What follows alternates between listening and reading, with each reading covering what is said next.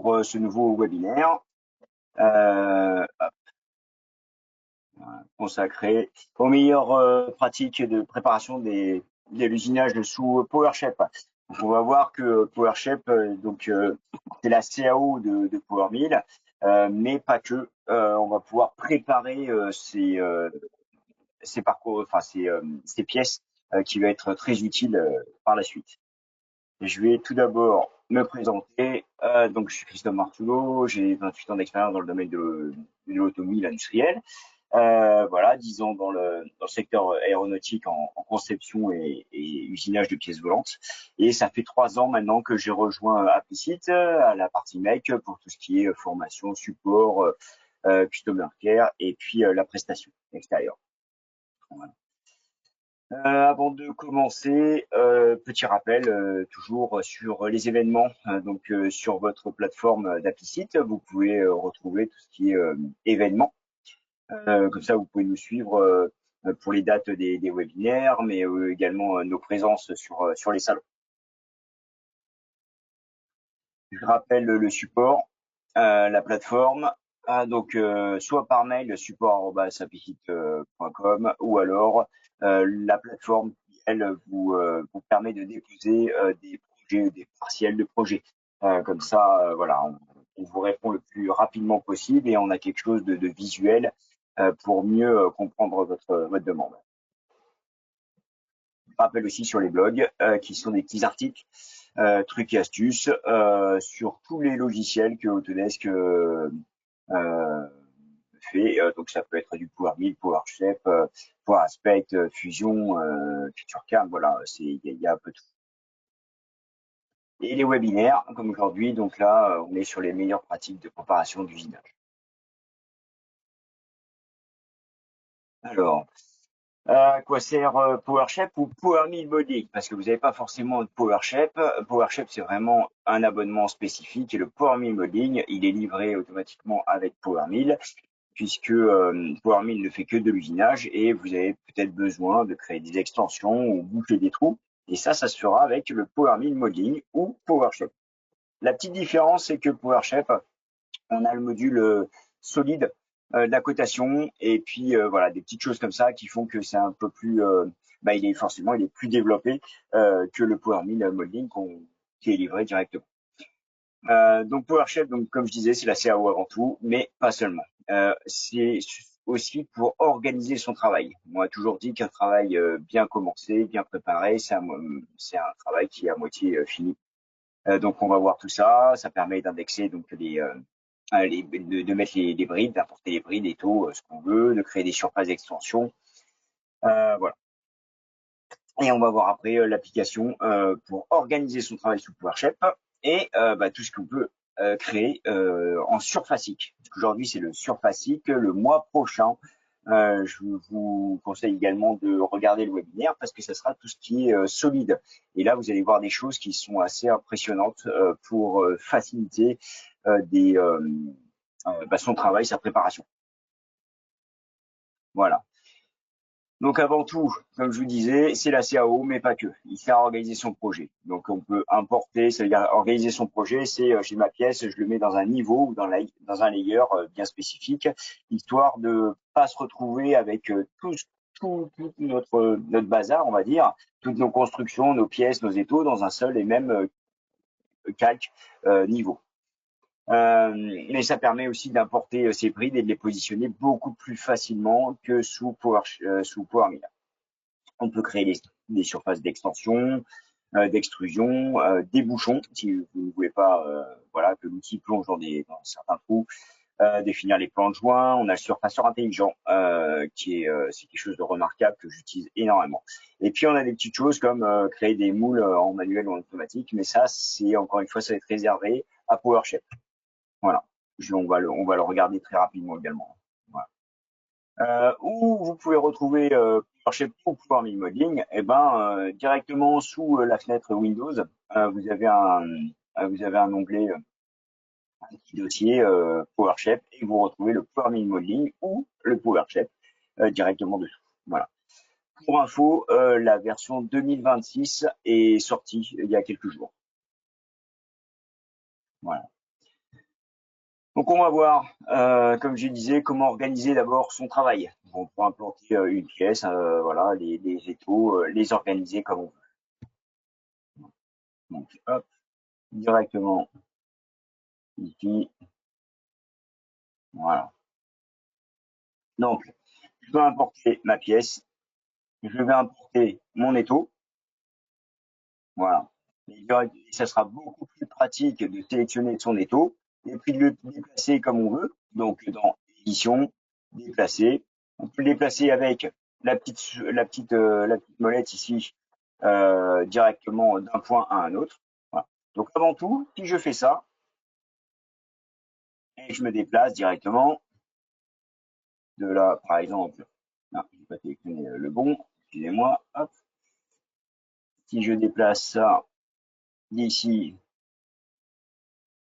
par exemple, au centre ici, voilà, j'ai mon étau que j'ai déplacé directement sur ma pièce. Le problème, c'est que comme je n'ai rien fait, en fait, tout est dans le layer 0. Donc, ça va être très difficile après de tout gérer. Donc, ce que je fais généralement, c'est que j'importe d'abord ma pièce. Je, ici, dans le tableau des niveaux, eh ben, j'indique ma pièce. Voilà. Si je veux la séparer en deux morceaux, eh ben, je peux faire, parce que j'ai deux posages, par exemple, je peux faire posage 1, et puis la même chose, pièce. Il y en a qu'un, hop, voilà, pièce, posage 2. Voilà. Il est tôt, ben, je vais le mettre un petit peu plus loin. Hop, comme ça me permet directement de pouvoir séparer les choses. Si jamais j'ai des tracés, j'ai des choses comme ça. Voilà, je vais pouvoir retrouver tout ici. Okay. Donc je prends ma pièce, hop, je la mets ici. Voilà. Pour la glisser, hop, je sélectionne et je viens sur mon calque, sur mon niveau, et je clique sur la molette. Voilà, et il va se glisser dedans. D'accord. Après, il suffit de l'activer ou de désactiver pour le visualiser. D'accord. Donc là, l'étau, je vais le mettre dans le layer 20. Voilà, hop, on le met dans le niveau 20. Et voilà. Donc après, voilà, il sera très facile de déplacer ça. Je reviens là-dessus. Hop. Donc je me mets par exemple sur le coin ici, sur l'arête, voilà, et de l'arête, je me déplace au milieu de ma pièce. Voilà, comme ça, il est placé. Voilà. Si j'ai envie de faire la même chose de ce côté-là, avec celui-ci, bah, je peux faire exactement la même chose, soit en déplaçant, soit directement ici, si je connais les valeurs, je peux faire, voilà, hop, et je déplace ça, et je suis directement dessus. D'accord. Donc ça, encore une fois, ça peut être, je peux avoir un étau en posage 1 aussi. Donc là, ça va être plutôt mon posage 2. Posage 2, voilà. Et puis, je fais la même chose en posage 1, voilà. Et donc, voilà. Donc, je vais pouvoir créer ce que je veux ici. Voilà. Maintenant, si je désactive ça, bah, ce sera beaucoup plus simple. Je peux créer également, par exemple, directement mes repères d'usinage. Ça sera beaucoup plus pratique de créer des repères d'usinage ici. On les renomme ici aussi. Voilà. Par exemple, posage 2. Il ne faut pas s'enlever de là. Posage 2. Voilà. Celui-ci, la même chose. Je le sélectionne et je peux le déplacer directement dans un niveau, comme je veux. Voilà. Je fais même, hop, voilà. Hop, pardon, hop, ici. Voilà. PowerShell, voilà, ça vous permet également euh, d'avoir des petites assistances comme ça. Si vous avez une pièce où vous voulez séparer le dessus du dessous, alors vous l'avez soit en surface X, soit en solide. En solide, il suffit de sélectionner ça. Vous faites vous cliquez sur donc assistance et séparation des solides et directement vous avez votre séparation de solides. Ça vous permet, terminé, voilà, de dire, ben, hop, par exemple ici, posage 2, alors je vais même faire ça, je vais faire un 2 points, espace 2 points. Vous faites le nom ici un nom avec un espace 2 points, automatiquement il va créer un groupe ici qui va regrouper les deux layers en même temps. Ça vous permet comme ça, ici, de sélectionner les pièces. dans le niveau 2, par exemple. Parce que j'ai fait ça. Voilà. Et la pièce dans le niveau 1. Voilà.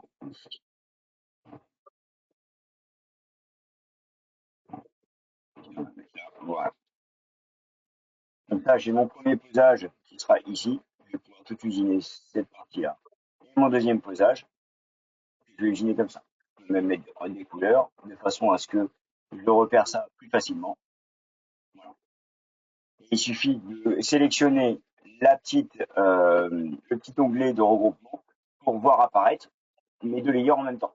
Voilà. Comme ça, si vous avez, je sais pas, une dizaine de layers, bah, plutôt que de les cliquer un par un, il sera plus facile de les retrouver directement. Voilà. On avait dit que c'était mon étau, par exemple, mon posage, mon étau pour le deuxième posage. Je peux très bien également créer, par exemple, un brut. Donc, à nouveau ici, je vais faire un petit brut, un niveau brut. Voilà. Si je veux travailler directement dessus, eh ben, je sélectionne la molette également. Ou alors, je clique sur la molette sur ça, ou alors directement ici, je le sélectionne. Il va me dire de vouloir l'activer, puisque je vais travailler dedans. Et d'ici, en solide, par exemple, je peux très bien créer directement un brut. Voilà.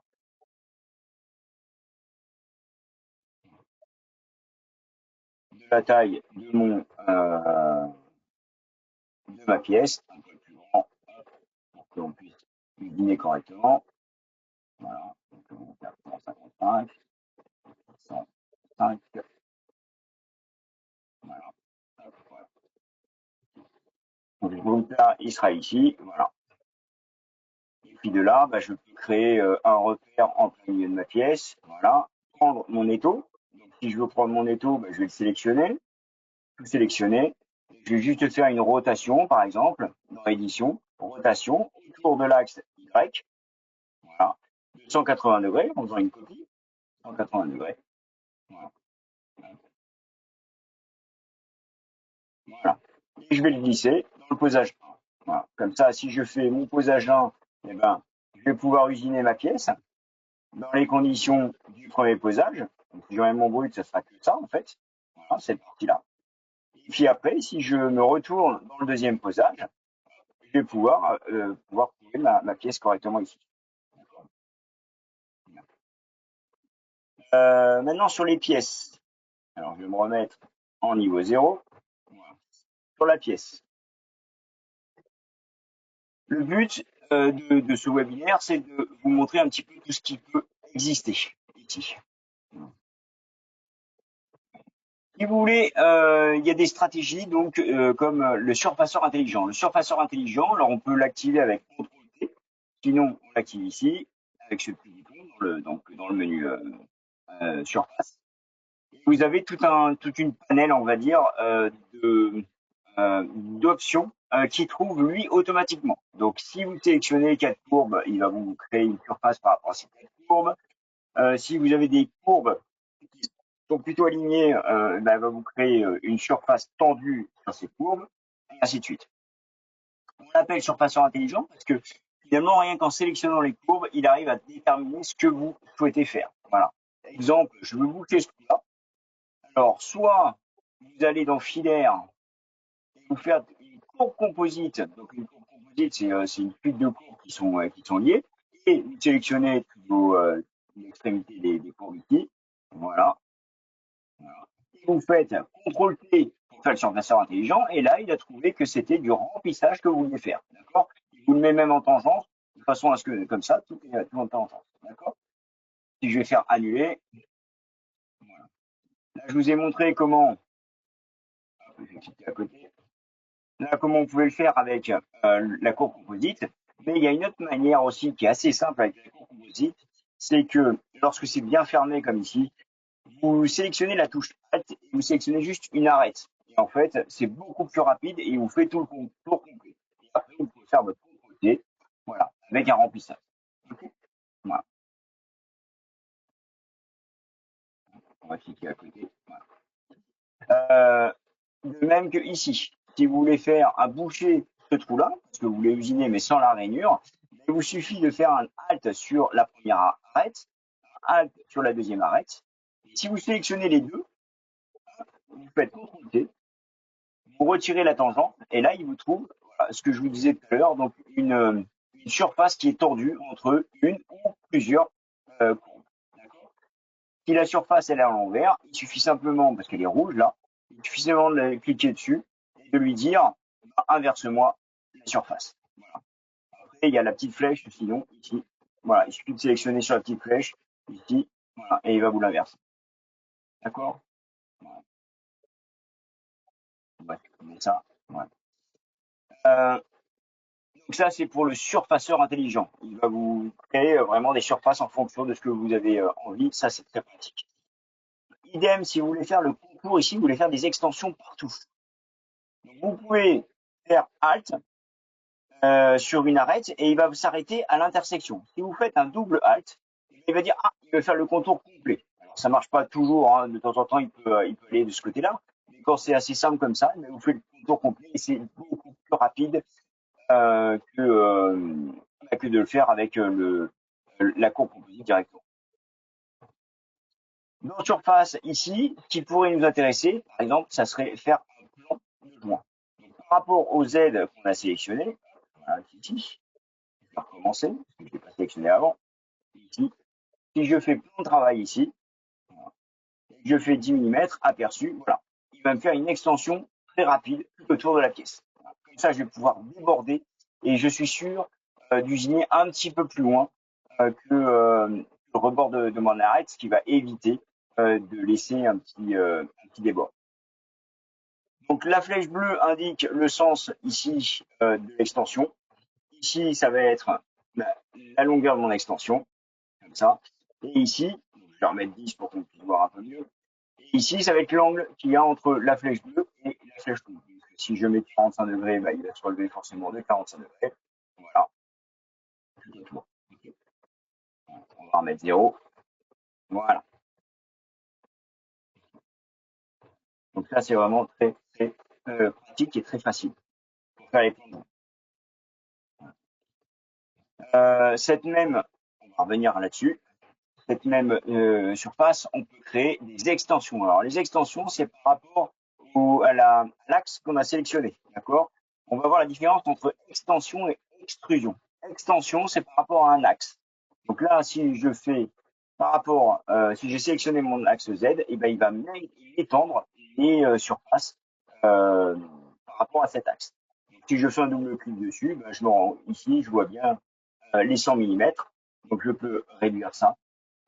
Je peux même le mettre de l'autre côté, si je veux, voilà, pour faire une double extension. Ça, c'est vraiment l'extension, c'est par rapport à un axe. Maintenant, extrusion. Extrusion, ici, extension, pardon. Ça va être soit par rapport à une courbe, soit par rapport à la surface. Donc, pour faire ça, moi, je vous conseille de ne pas le faire sur un solide. Parce que si je veux faire, par exemple, une extension ici de ce plan-là vers l'intérieur, si je le fais par rapport à un solide, moi, je sais que je veux cliquer sur cette arête qui appartient à cette surface-là. Mais lui, PowerShell, il ne sait pas si c'est cette surface-là ou la surface intérieure. Pour dissocier ça, moi, vraiment, je préfère le convertir en surface et garder que cette surface-là ici pour pouvoir travailler dessus. Pour me dire, je veux vraiment que mon extension soit plaquée sur cette surface-là. Donc, pour rappel, vous avez des touches qui fonctionnent aussi sous Power Mill hein, pour cacher les surfaces. Si je sélectionne une surface et que je fais un contrôle K, je vais cacher toutes les autres surfaces, sauf celles que j'ai sélectionnées. Contrôle L, c'est pour ramener, pour revoir toutes les surfaces. Si c'est cette surface que je veux cacher, je ne vais pas faire un contrôle K, cette fois-ci, je vais faire un contrôle J. Bon, je vais sélectionner la surface, hop, contrôle J. Okay. Et là, je vais cacher cette surface-là. Je peux en cacher une autre, hein, après, je peux en sélectionner plusieurs, contrôle J à chaque fois, et je vais les cacher. La version, enfin, cette notion de cacher, pas cacher, c'est comme si vous aviez une feuille et que vous ou un tableau et que vous le retourniez à chaque fois. Donc les surfaces qui sont là, ben, en fait, elles sont derrière le tableau. Et pour les voir, pour retourner ce tableau, je vais faire un contrôle Y. Voilà. Comme ça, j'ai retourné ma feuille ou mon tableau et je vois les surfaces que j'ai cachées. Si celle-ci, en fait, je ne voulais pas la cacher, eh ben, je la sélectionne, je fais CTRL J pour la remettre de l'autre côté. Je veux retourner mon tableau, je fais CTRL Y et je retourne mon tableau. Maintenant, une fois que j'ai travaillé et que je veux revoir toutes les surfaces, eh ben, j'ai simplement à faire un CTRL L et toutes mes surfaces apparaissent là où je suis. D'accord? Donc, ce que je vous expliquais, si je veux faire une extrusion de ça, hop, je vais cacher toutes les autres, je vais garder que celle-ci. Je vais faire un Alt juste sur mon arête ici. Et dans Surface, je vais faire l'extension. Alors l'extension, on a le choix. Bah, on va pas parler de l'axe principal parce que c'est plutôt comme on va plutôt servir d'extrusion. Mais on peut le faire selon la normale de la courbe ou à l'intérieur de la surface. Si je fais normale à la courbe, alors tout à l'heure on parlait que l'extrusion se faisait par rapport à la flèche bleue. Là-dessus, pourquoi? Ne me demandez pas. Ils l'ont fait sur le rouge. Donc si je fais aperçu, maintenant mon extrusion, enfin mon extension va se faire sur le rouge. Si je mets un angle ici, il va se faire entre le rouge forcément et le bleu. D'accord? Aperçu. Voilà. Et si je fais la différence, c'est que si je fais par rapport à la surface, il va me faire une extrusion, mais par rapport aux ISO de la surface. Donc, ici, ma surface, je vais annuler ça. On va essayer de voir si, voilà, on les voit ici, entrée. Mes ISO, elles sont dans ce sens-là et dans ce sens-là. Donc, ce qu'il va faire, ici, si je fais une extrusion selon les ISO, ben, il va me faire tout ce qui est à 45 degrés, enfin jusqu'à un angle de 45 degrés, il va me le faire selon ces ISO ici. Et tout ce qui est de ce côté-là, il va me le faire dans le sens horizontal. D'accord? Si vous voulez, quand vous avez quelque chose d'arrondi comme ça, il est préférable généralement d'utiliser normal à la courbe. Comme ça, vous avez une extension qui est parallèle, tout le temps, normale à la courbe. Application. Et donc là, on voit bien les ISO qui sont dans ce sens-là. Alors que si je fais la même chose de l'autre côté et que je lui dis les extensions, je le vais par rapport à la surface ici, ce que je vais avoir, ça va pas être très joli. Voilà. Les ISO sont dans le même sens ici que ma surface. Faites très attention à ça. De temps en temps, il vous sera utile de le faire par rapport à la courbe. Et de temps en temps, ça sera par rapport aux ISO de la surface. Voilà. Méfiez-vous bien de ces deux-là.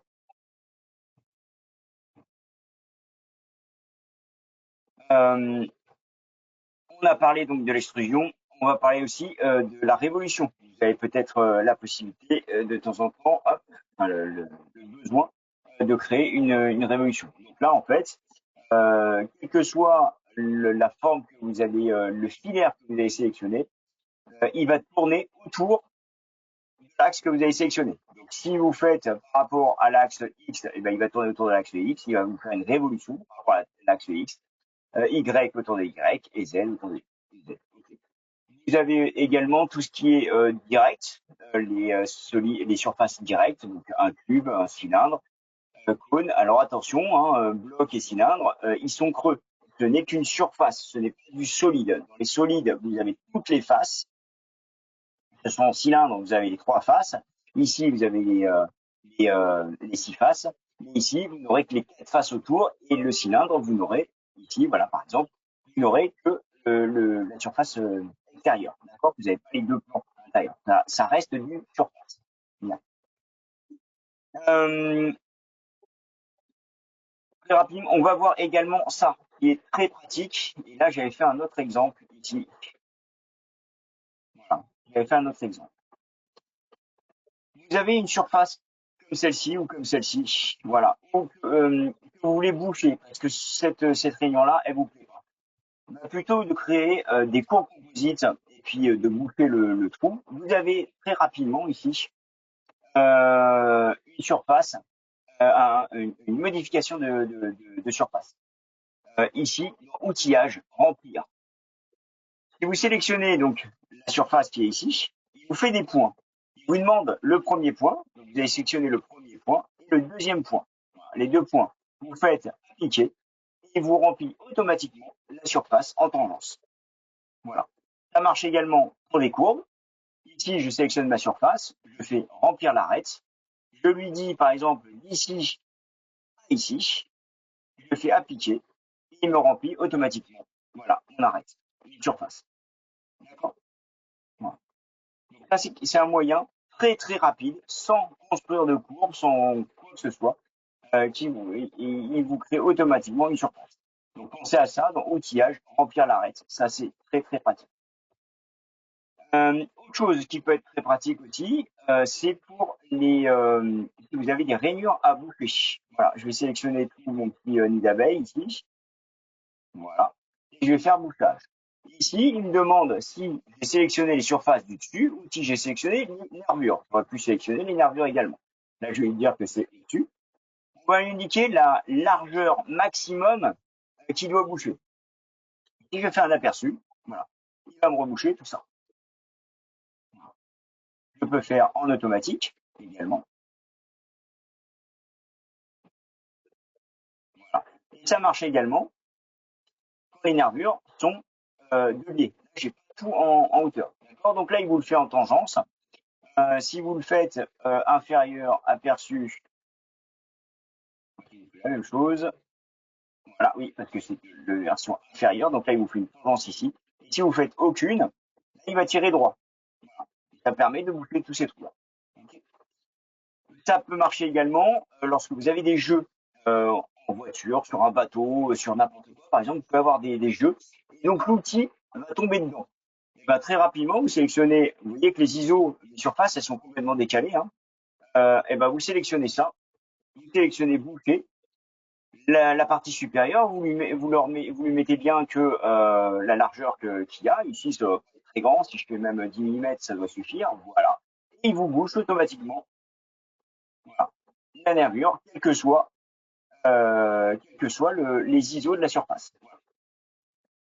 Okay. Donc là, ça peut être un moyen très très pratique de faire ça.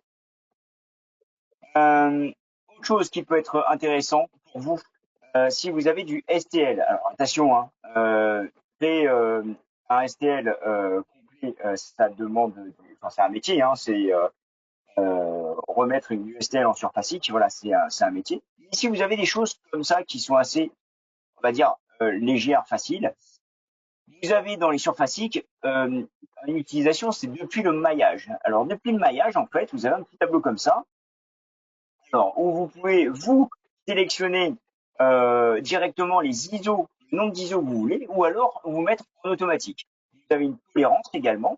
La tolérance, elle va dire elle va plaquer plus ou moins la surface que vous allez créer sur votre comment dire, sur votre maillage. Et donc le but, c'est simplement vous allez sélectionner. Alors au début, vous sélectionnez deux, trois courbes, bon, voilà. Et après, il va vous trouver le chemin de suite, tout seul. Vous voyez, si je sélectionne ça, ben, il va trouver le chemin. Je vais un peu plus loin, je vais là, hop, il me trouve le chemin automatiquement. Je viens ici et je ferme. Là, il y a un petit symbole qui dit je ferme ma courbe, donc mon maillage. Voilà. Je fais OK. Et il m'a créé automatiquement, vous voyez, une surface. Je vais enlever mon maillage, mais voilà, il m'a créé une surface, une surface norme d'abord. Après, si je la convertis, ça va être une power surface. Mais voilà, il a converti une surface qui est tangent à un dixième, parce que là j'ai mis un dixième, mais qui est plaqué à un dixième sur mon maillage. Donc ça, c'est quelque chose d'assez facile si vous voulez le faire. Ça marche là-dessus aussi. Alors, on va pas le faire parce que on n'a pas beaucoup de temps, mais voilà, ça marche sur des choses euh, assez simples quand même. Prenez pas, voilà, si vous avez une forme complète, ça va pas le faire. Mais voilà, style goutte d'eau ou quelque chose d'arrondi, on va dire, avec une forme arrondie au-dessus, ça va le faire très très facilement. Vous avez autre chose également. Alors là, ça va être plus pour le côté PowerShell. Lorsque vous avez par exemple une pièce comme ça, que vous voulez la séparer, donc encore une fois, tout à l'heure, je vous ai indiqué que dans Assistance, vous pouvez la séparer. Donc là, si je sélectionne ça, il réfléchit un petit peu, voilà, et puis il va me le séparer en deux morceaux, voilà, au point de vue de sa contre-dépouille. Mais vous pouvez créer également tout de suite l'assistance de modelage. Donc ici, donc c'est une pièce relativement basique, mais il me dit voilà, tu n'as sélectionné que la CAO. On pourrait sélectionner des limites du plan de joint, des choses comme ça, hein. Mais là, c'est lui qui va trouver automatiquement la limite. Donc il me l'indique ici. Si je suis OK, eh ben, je fais suivant. Ah, ici, il n'y a pas de trou qui a rebouché, donc il ne les présente pas. Et voilà. Ici, je peux connaître la matière à remplir dans mon moule, ce qui va permettre pardon, de mettre un rétrécissement ou une homothétie, on va dire, sur le moule, de façon à ce que lorsque la pièce refroidit, elle est bien cette forme-là. Ici, il me déduit automatiquement les dimensions de mon moule, alors en largeur, pour l'instant, largeur, longueur, voilà. Et il va me créer automatiquement mes plans de joint. Avec ceci, on peut les modifier aussi. J'avais fait un webinaire là-dessus, donc si ça vous intéresse, envoyez-moi un mail et moi je vous enverrai la suite. Voilà.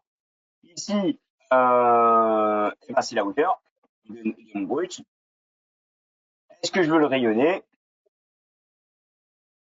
Voilà. Et automatiquement, voilà, il me crée mon moule. Donc, le moule supérieur, inférieur, et il me garde la pièce. Si je fais terminer, voilà. J'ai mon moule que je peux mettre dans un layer à un autre niveau. Celui-ci également, voilà. Donc, j'ai ma pièce. Voilà. Ma pièce, elle est gardée. Et puis, j'ai mes deux moules. Donc là, c'est quelque chose de très, très pratique. D'accord? Dans, euh, dans les surfaces, ici, voilà, on a vu un petit peu tout ça. Vous avez un mode gérer. Le mode gérer, lui, il s'active lorsqu'on sélectionne quelque chose. Il est propre à ce qu'on sélectionne. Donc, là, je vais vous parler du mode gérer de surface, voilà, ici, qui permet d'avoir tout un tas d'options. Par exemple, ici, si je sélectionne ça, je peux créer la spline. La spline, c'est l'arête, le centre de mon élément. Ça me permet, si je le sélectionne, de pouvoir bouger mon élément comme je veux. Je le déplace comme je veux, où je veux. Voilà. Il se déforme. Voilà. Alors attention, hein, faut pas faire n'importe quoi, mais voilà, il peut se déformer comme on veut.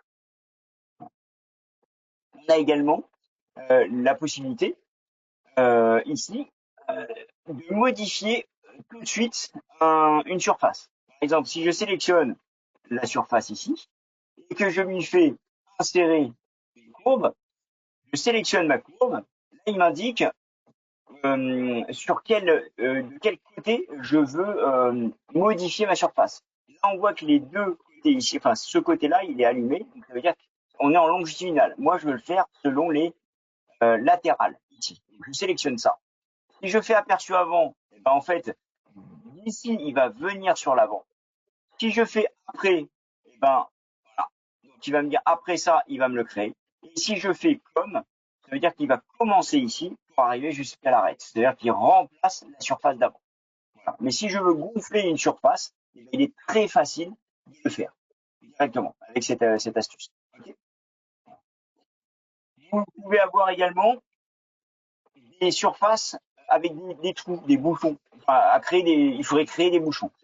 Si vous voulez pas le faire, vous avez cette astuce-là. Vous sélectionnez la surface qui a modifié, vous sélectionnez le contour que vous voulez étirer pour pouvoir être plaqué sur la surface et vous appuyez sur courbe ici.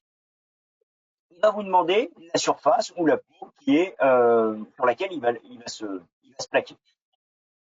Ici, vous avez la largeur à boucher.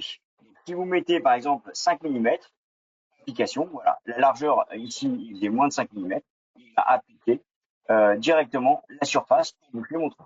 Voilà, c'est beaucoup plus pratique. Voilà. On peut le faire sur des surfaces inclinées également. Je sélectionne ma surface inclinée, je sélectionne la courbe que je veux modifier. Je retourne ici, dans contour, je sélectionne ma surface. Si je laisse qu'un dixième, il va me dire bah, il n'y a pas grand chose à modifier, il va me modifier que ce qui est à un dixième. Mais si je lui mets 5 millimètres, il va me modifier le tout. Et ici, comme elle est inclinée, vous avez le choix de la mettre en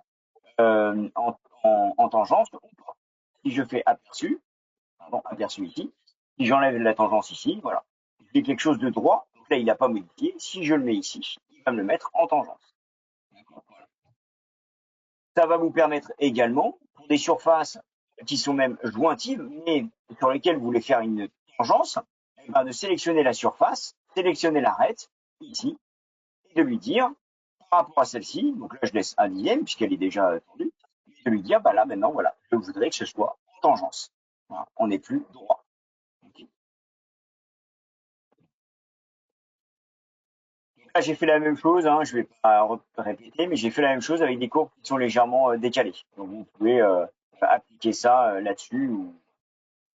Autre chose également qui peut être très pratique, alors ça marche sur des choses assez simples, hein, comme des cylindres, qui ne sont pas fermés. Et vous voulez le fermer. Et ben, plutôt que de cliquer de créer deux surfaces et puis de retendre les deux courbes et de retendre ça, et ben, vous avez fermé ici, directement. Hop, si je sélectionne ça, hop, voilà, fermé. Voilà. Ici, en fait, il suffit de sélectionner. Alors, si je ferme, si je fiche là, si je le fais, ça veut dire qu'il va fermer de chaque côté ici. Il suffit de dire non, moi c'est de ce côté-là que je veux le fermer, et de cliquer sur fermer, et il vous fait le contour complet. D'accord. Si vous avez une poche également comme ça, donc on a vu qu'on pouvait faire Alt et puis le surfaceur intelligent, donc CTRL T, il va vous le boucher automatiquement. Mais si vous en avez plusieurs, des trous comme ça veut dire qu'à chaque fois, vous êtes obligé de faire Alt ou laisser le surfaceur intelligent et de cliquer directement sur l'arête, voilà, mais de faire appliquer, de cliquer sur l'autre arête et ainsi de suite. Là, vous avez la possibilité, avec un clic droit, de faire modification, relimitation de région. Et dans le premier, il y a deux onglets en fait ici. Il y a deux onglets. Dans le premier, vous avez inversé. Voilà. Ce qui va vous permettre d'inverser. Alors là, il est fermé, je sais pas pourquoi. Voilà. Mais ça va vous permettre d'inverser en fait la sélection. D'accord. Si ça vous ne le voulez pas, pareil là-dedans en fait, vous allez dans le deuxième onglet, dans le premier onglet, vous sélectionnez toute l'arête ici, et vous lui dites supprimer. Voilà. Il va vous supprimer cette arête.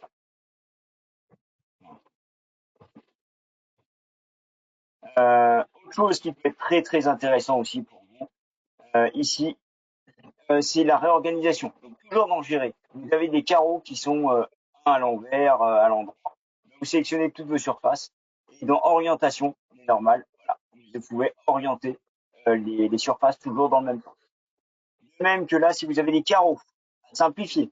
Donc, ça sera par rapport à votre tolérance de dessin. Et ben, en fait, vous pouvez simplifier les ISO.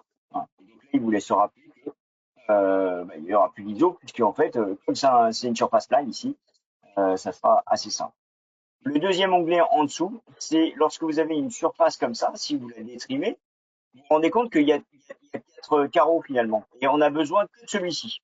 Et ben, je vais simplement lui dire, simplifie-moi la chose. Je vais cliquer là-dessus, et là maintenant, si je refais modification, et ben, il m'a gardé qu'un seul carreau. Ça allège les parts de travail. D'accord. Voilà. Autre chose également, pour coudre les surfaces également. Là ici, on avait vu qu'il y avait il y a deux surfaces. Pour coudre les surfaces, alors il faut qu'il y ait le même nombre d'ISO. D'accord. Donc ici, si là il y a plusieurs ISO et qu'ici il y en a, ils sont pas. Ce que je fais généralement, c'est que je les visualise, voilà, avec le petit Alt. Voilà. Et ici, voilà. Et ici, je vais créer les mêmes ISO. Donc, pour créer les mêmes ISO, ici, je fais ajouter des ISO. Donc, il va me demander si je veux les mettre en latéral ou en longitudinal. Là, effectivement, ça sera en latéral, parce que c'est de ce côté-là. Il m'indique, donc j'en ai que deux, j'ai le départ et la fin. Si je mets 1,5, il va me le mettre au milieu. Mais moi, ce que je veux, c'est qu'il soit au droit de ça. Donc, je vais faire au point le plus proche. Je sélectionne ça, je fais application. Je sélectionne celui-là, application. Ici, application. Ici, application. Voilà. Maintenant, j'ai le même nombre d'ISO de chaque côté. Et ce que je peux faire, c'est que je peux sélectionner donc mon arête. Ici, je fais accord à coller. Avec celle-ci, je fais appliquer. Voilà. Et là, je n'ai plus qu'une seule surface. Donc, je vais supprimer mon filaire. Mais voilà, je n'ai plus qu'une seule surface. Une seule et même surface. Même si vous avez trop d'ISO, encore une fois, hein, vous allez là-dedans. Voilà. Et vous enlevez toutes les surfaces inutiles en fonction de votre tolérance. Autre chose qui peut être intéressant pour vous également, on va le refaire dans, par exemple, là-dedans, toujours là-dessus, avec ma pièce ici. Vous avez tout ce qui est dans visualisation, vous avez tout ce qui est donc lissage, on va dire ça c'est pour tout ce qui est courbe. Dès qu'il y a une arête en fait, et ben il va créer un brillage de visuel qui vous permet de voir que vous n'êtes plus en continuité. Et ce qui est important ici pour l'usinage, ça va être la contre-dépouille, donc savoir tout ce que vous pouvez usiner droite, voilà, et l'accessibilité. La différence avec la contre-dépouille et l'accessibilité, c'est lorsque vous avez une pièce qui est, alors je ne sais pas si avec les taux on peut le voir,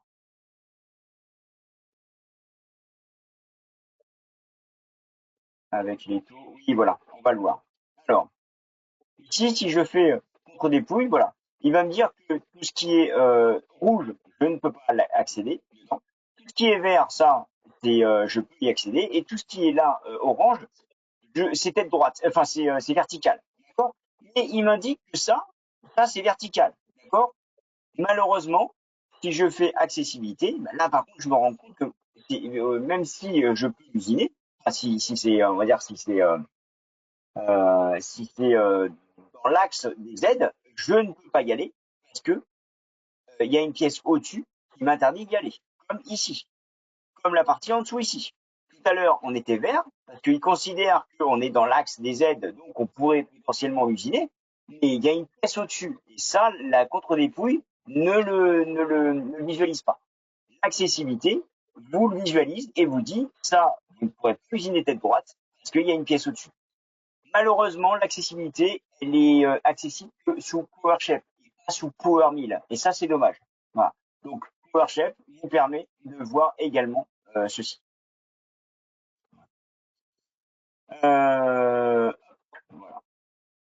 Écoutez, j'en ai fini avec le surfacique. Donc, pour rappel, on a vu le surfaceur intelligence qui est par rapport à des courbes, vous créez automatiquement une surface dont vous avez besoin. L'extrusion qui va vous faire une étendue de surface par rapport à un axe. La révolution qui tourne autour. Vous avez des surfaces qui sont déjà créées automatiquement, comme des blocs, des cylindres, des cônes, des plans. Vous avez depuis le maillage qui vous permet de créer des surfaces sur du STL, du maillage qui est assez basique, on va dire, mais ça peut être très très pratique. Bien sûr, tout ce qui, on en a pas parlé, mais tout ce qui est rayon, hein, créer des rayons, les contre-dépouilles, les plans de joint qu'on a vu pour tout ce qui est mouliste, ou étendre très rapidement une surface ici comme là pour étendre son usinage. Les extensions, attention que je rappelle, l'extension donc c'est le prolongement de la surface en tangence. Et vous avez deux critères dedans, avec soit selon la courbe, donc qui sera normal à la courbe, ou alors normal aux ISO de la surface.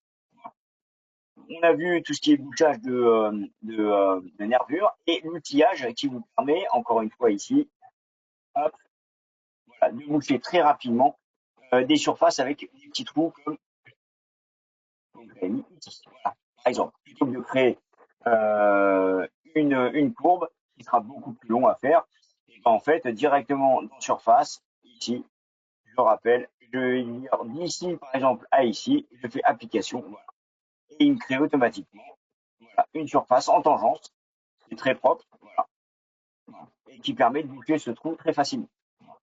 Et on a vu tout ce qui est mode géré. Donc pour créer des ISO ou déformer une pièce, ou alors encore une fois, créer l'arête intérieure d'un cylindre ou d'une pièce, on va dire, fermée. On n'a pas vu ça, c'était pour euh, couper une surface, par exemple ici, selon l'ISO, j'ai qu'une seule surface. Si je sélectionne mon ISO et que je fais casser, il va casser l'ISO en deux. Si j'en ai d'autres, par exemple ici, je pourrais très bien la couper. Par exemple ici, je pourrais ici l'enlever, enlever une ISO.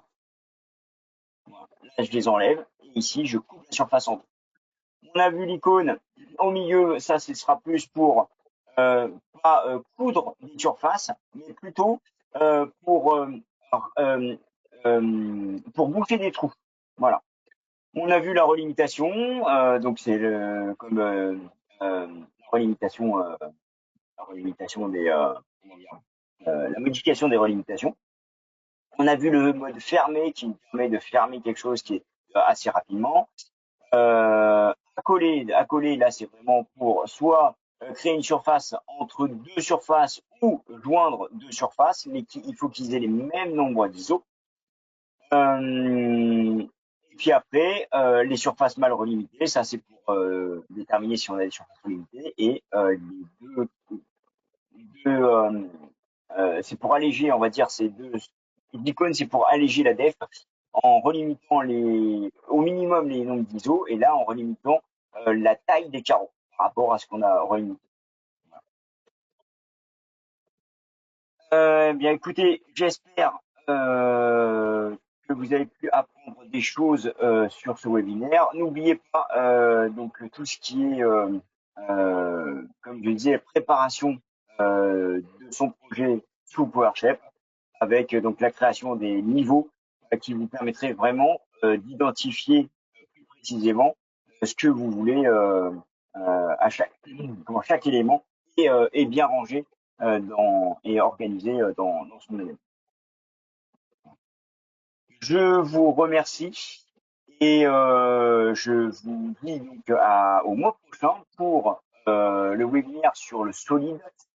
Et vous allez voir également que là, c'est assez impressionnant comme on peut créer, modifier ou supprimer des poches ou des bossages sur du solide. Je vous remercie et je vous souhaite un très bon week-end. Au revoir.